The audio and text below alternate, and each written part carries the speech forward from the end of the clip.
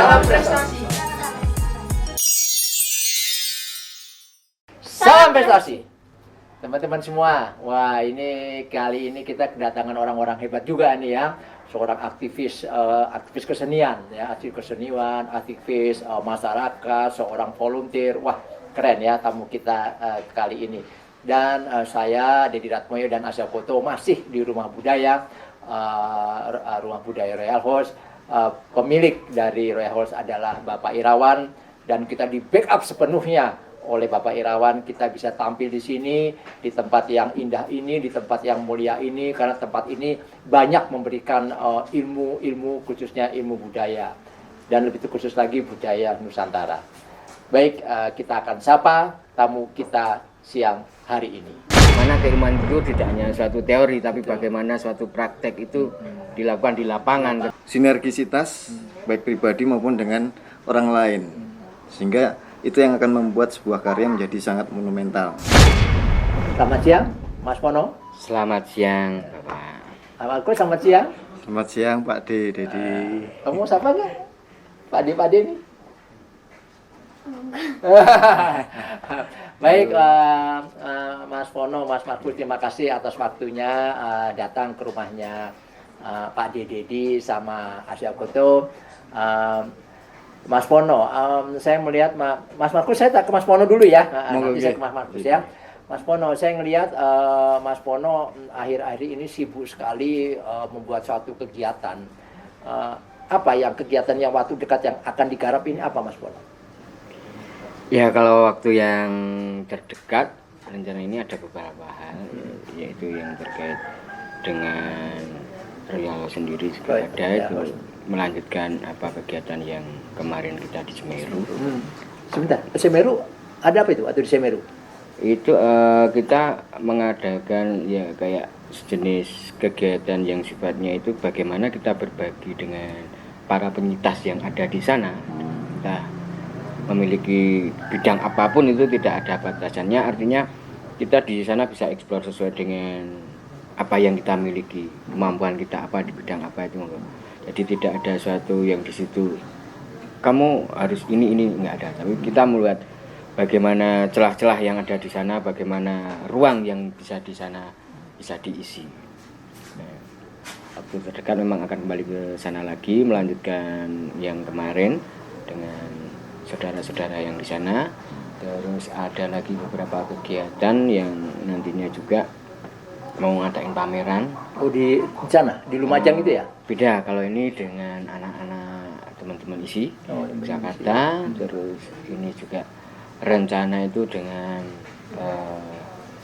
nanti dengan warga masyarakat yang melibatkan 20 desa yang ada di Magelan, itu dengan teman-teman Jogja Culture Cross. Ya, itu rencana akan membuat satu karya monumental yang nantinya akan dipajang di Borobudur. Yang lain masih dalam rancangan juga. Ada untuk yang Agustus sendiri juga membantu teman-teman yang akan ada acara di TBY yang mengangkat tentang pelarian di Diponegoro itu dengan teman-teman Mas Drawi. Dan kegiatan-kegiatan yang sifatnya dengan teman-teman yang lain juga ada. Wah ya, banyak juga ya. Arah di situ. Mungkin Nakasya ada yang mau tanya, coba tanya ke Pak D Pono. Kegiatan apa yang waktu dekat ini? Pak Pono. Jadi begini, kegiatan yang terdekat saat ini nantinya yang akan dilakukan itu ada beberapa hal. Itu kita akan ke Semeru, Lumajang, itu dengan Mas Marco, yaitu melanjutkan yang kemarin kita di Penitas itu. Ada lagi ini kegiatan yang sifatnya itu memang ada proyek, itu saya ke Pekalongan menyelesaikan pembongkaran di sana karena kemarin saya juga habis dari ke sana. Saya tertarik sama yang di mana, yang di Lumajang ya. Itu yang ikut itu rata-rata korban Semeru atau orang-orang lain yang ikut di situ, yang ikut kegiatan? Kalau yang ikut kegiatan artinya gini, Yang di Semeru, yang di lapangan Penanggal Lumajang itu adalah para penyintas. Nah, terus teman-teman yang ikut berkegiatan di bawah bendera Royal Host itu adalah teman-teman yang memang terbuka, ketuk hati nuraninya, karena sifatnya kan ya monggo kalau mau istilahnya bahasanya banyak bisa digunakan bahasa siar atau istilahnya betul. monggo kalau mau berbagi suatu keilmuan yang mana keilmuan itu tidak hanya suatu teori tapi bagaimana suatu praktek itu dilakukan di lapangan. Ketika antara teori dan praktek itu kan suka berbeda. Makanya di sana kan dibutuhkan bagaimana mental itu bisa menyentuh mereka, tidak hanya sekedar oh ini kamu harus gini-gini, tapi bagaimana apa yang dituju, apa yang dicapai itu semua bisa dilakukan dengan baik. Keren teman-teman. Wah, ini sangat mulia sekali loh ya. Jogja Lumajang itu bukannya waktu yang pendek, itu cukup jauh. Berapa jam dari sini? Sekitar 12 jam karena kita perjalanan santai. 12 jam. Iya. Wah, itu kita mesti terima kasih sama Bapak Irawan ya, yang banyak mendukung dari Royal Host, banyak mendukung untuk kita sampai ke sana. Saya mungkin akan muncul ke sana sama tim kameramen melihat kondisi yang ada di sana. Baik, matur nuwun Mas Pono, saya mau menginjak ke sang aktor ini. Ini aktor nih ya, aktor pantomimer muda Yogyakarta, Marco Dinata. Nah, Mas Marco Dinata, ada rencana mau pentas pantomim nih? Belum ada, Bro? Dalam waktu dekat ini memang sudah akan ada pertunjukan pantomim. Salah satunya nanti ada karya pribadi saya, beberapa nomor. Terus bersama di bulan berikutnya antara 2 Desember nanti kita bersama teman-teman komunitas Rumah Pantomim Jogja juga akan membuat parade pantomim, tetapi dengan person. Oh, person. Iya, begitu. Dalam waktu dekat ini terdekat adalah mengangkat generasi pantomim yang muda-muda untuk tampil di PKBI. Oh, di PKBI. PKBI itu di mana itu? Taman Siswa. Oh, di Taman Siswa. Taman Siswa ya. Sekarang udah berapa grup pantomim yang ada di Yogyakarta itu? Di Yogyakarta itu yang tercatat oleh kami tim Rumah Pantomim Jogja itu ada sekitar 5 grup yang terbagi di Kabupaten Bantul, Kota Yogyakarta, kemudian Kabupaten Sleman. Sleman belum. akan ada. Terus di Kota Jogja. Kulon Progo, dan Gunung Kidul. Berarti baru 4 kabupaten Baru kota 4, ya. ya. Kurang satu. Sleman, Satu ya? ini masih di Bantul. Jadi Bantul ada 2. Oh. Asrita dan Jokermaim. Yang kota itu Arkamaim. Arkamaim. Iya. Berarti yang Sleman belum ada ya? Sleman belum ada.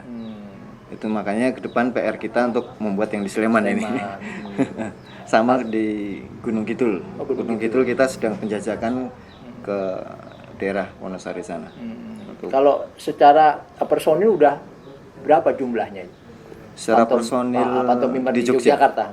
Di Jogja itu di Rumah Pantomim Jogja itu sendiri ada sekitar 8. Itu yang masuk dalam Rumah Pantomim. Di luar itu masih banyak lagi. Karena begini, Pak Ade. Kita dari teman-teman pantomim, Rumah Pantomim itu juga mendidik regenerasi melalui lomba. Oh, gitu. Nah, dari lomba online apa offline? Lomba online. Karena sekarang ini online. Online dulu ya. Iya. Online dulu sebelum ada pandemi kita offline. Tapi ketika pandemi ini kita masuk dalam online. Nah, dari situ generasi-generasi itu yang kita angkat untuk jadi penerus bagi teman-teman pantomim. Iya. Ada nggak kira-kira 40 itu? Ada nggak se-Indonesia Jogja pantomimer muda? Wadah. Ada ya? Oh ya, banyak. Banyak teman-teman semua ternyata. Aktor-aktor pantomim itu banyak, ada 40 kata Marco Dinata. Karena kita tahu bahwa pantomim adalah acting dasar untuk bermain teater. Kalau pantomimnya itu bagus, jaminan actingnya masih bagus. Karena itu pantomim itu acting dasar. Karena tinggal dia kasih dialog sudah selesai. Marco Dinata ini kalau main drama keren, ya keren abis ya. Om Marco, sudah berapa banyak pantomim yang dibuat? Oke, terima kasih Adik Asakoto. Sejak kakak belajar sama Om Deddy juga dengan Pak Diresa di Asdrawi sampai hingga sekarang ini, alhamdulillah sudah ada 10 nomor. Wih, banyak nih. Terus kemudian beberapa yang tidak tercatat karena itu masuk dalam event-event spontanitas dan juga event-event kelompok. Gitu. Wih, banyak loh. Tertulisnya baru udah 10, belum lagi yang tidak tertulis. Itu keren ya. Karena bikin pantomim itu tidak membalikan mudah balik tangan. Butuh Bikin proses. tangan itu harus proses karena ada image itu, ada imajinasi. Kalau pantomim itu imajinasinya harus kuat. Jadi itu yang sulit, yang membuat tidak cepat bikin karya kayak bikin karya-karya yang lain. Saya kembali ke Mas Pono. Mas Pono banyak sekali berkecimpung di bidang kesenian. Backgroundnya sekolah apa Mas Pono? Kalau saya sendiri sebenarnya dari seni rupa. Oh, seni rupa, Ya. isi. Ya. Dan kebetulan memang saya mencoba tidak stuck atau tidak terkungkung dalam lingkaran keseni rupaan, tapi bagaimana saya berani keluar untuk melihat dunia lain, yang salah satunya adalah di dunia seni pertunjukan dan seni peran dan kesenian yang lain. Nah, makanya beberapa kali kalau ketemu teman-teman itu ditanya, kamu anak seni rupa apa anak pertunjukan ya? Saya bilang, besok saya mau buka jurusan seni rupa pertunjukan. Nah, dari situ berkembang di dalam dunia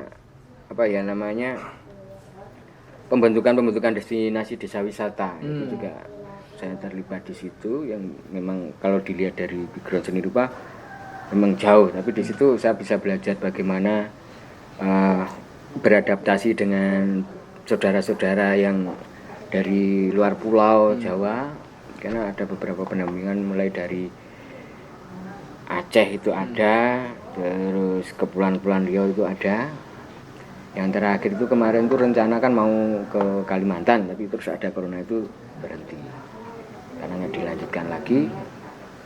Dan kembali lagi pada tataran corona ini, kembali ke dunia pertunjukan lagi, dunia panggung, salah satunya untuk artistik.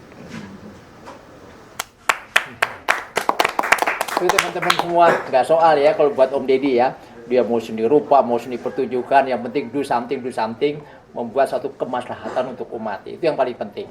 Yang paling penting daripada gua jurusan seni rupa tapi nothing doing anything, just sitting and sleeping ya. Ya bagus ini ya, dia seni rupa, seni pertunjukan, teman mau nilai apa itu urusan teman. Yang jelas Mas Pono ini telah banyak berbuat, dan yang sangat mulia adalah ketika Gunung Semeru meletus di Lumajang, mereka dengan teman-teman Royal Host tanpa berbicara banyak, dalam tempo sesingkat-singkatnya mereka sampai di sana dan memberikan sesuatu yang bermanfaat. Itu yang paling penting. Baik Mas Pono, saya kembali lagi ke Mas Markus. Mas Markus, tidak ada persiapan pentas yang akbar gitu, kolaborasi pantomim, karena nama Marco Dinata kan sudah sangat besar ya.